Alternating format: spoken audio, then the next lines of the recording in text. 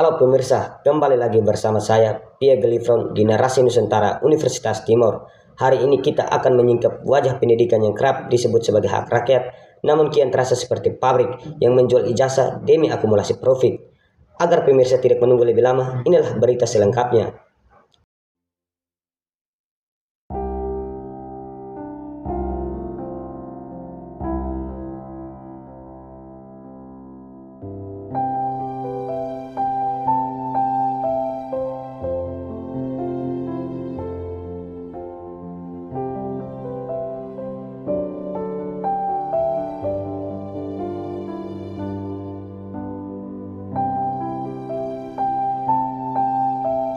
Pendidikan selalu digunakan sebagai jalan menuju kemajuan bangsa. Undang-Undang Dasar 1945 Pasal 31 menegaskan, setiap warga negara berhak mendapatkan pendidikan dan pemerintah wajib membiayainya. Namun, di era neoliberalisme, pendidikan justru berubah menjadi komoditas. Ibarat barang di rak pasar, ada harga, ada tarif, dan ada label. Setiap mahasiswa dipaksa membayarnya. Di titik inilah muncul pertanyaan, apakah pendidikan negeri masih rumah ilmu atau sudah menjadi mesin pabrik yang kehilangan jiwa merdeka? Untuk menjawabnya, mari kita lihat realitas di kampus perbatasan. Di Kabupaten Timor Tengah Utara berdiri Universitas Negeri Timor, kampus di perbatasan yang mestinya jadi cahaya harapan. Namun kenyataannya berbicara lain. Setiap semester, mahasiswa diwajibkan membayar uang kuliah sesuai dengan surat keputusan rektor. Tetapi setelah membayar, yang mereka temui bukanlah ruang belajar yang layak, melainkan kursi yang patah, papan tulis yang kusam, hingga ruang kuliah yang harus dipindahkan ke SMKN 1 Keva Mananu. Bahkan Fakultas Keguruan, Fakultas Ekonomi dan Bisnis, dan Fakultas Ilmu Sosial dan Politik masih berkutat dengan keterbatasan fasilitas. Beginilah wajib pendidikan negeri di perbatasan. Biaya tinggi, fasilitas minim. Kampus yang seharusnya rumah ilmu terasa seperti pabrik industri. Dan dari realitas inilah suara mahasiswa lahir sebagai perlawanan. Biaya kuliah yang besar tak sebanding dengan fasilitas yang minim. Slip UKT ditebus dengan mahal, tetapi ruang belajar seadanya.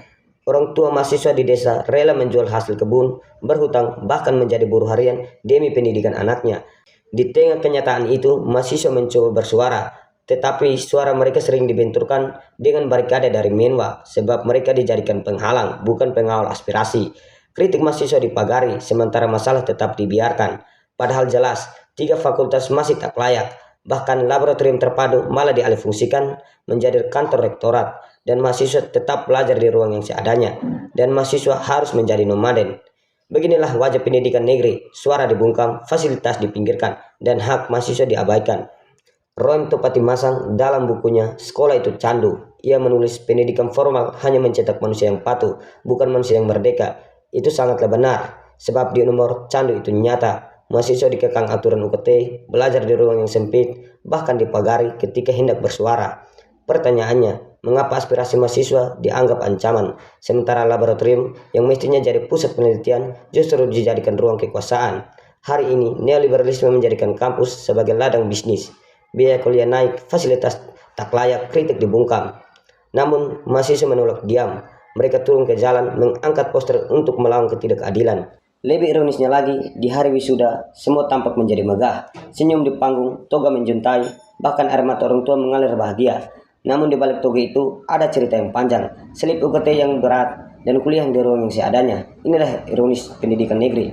Di panggung ia dirayakan, di ruang kuliah ia diterlantarkan. Ijazah tercetak rapi, tetapi proses yang penuh dengan luka.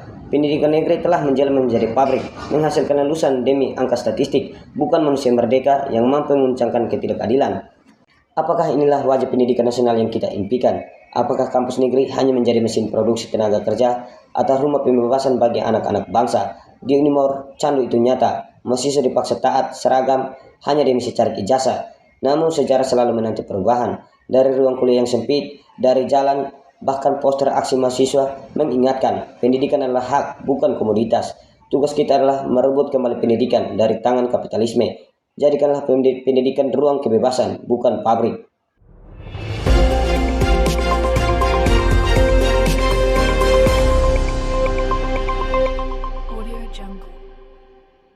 Inilah berita pagi hari ini dari Narasi Nusantara Universitas Timor. Saya Pia Gelifron, pamit undur diri.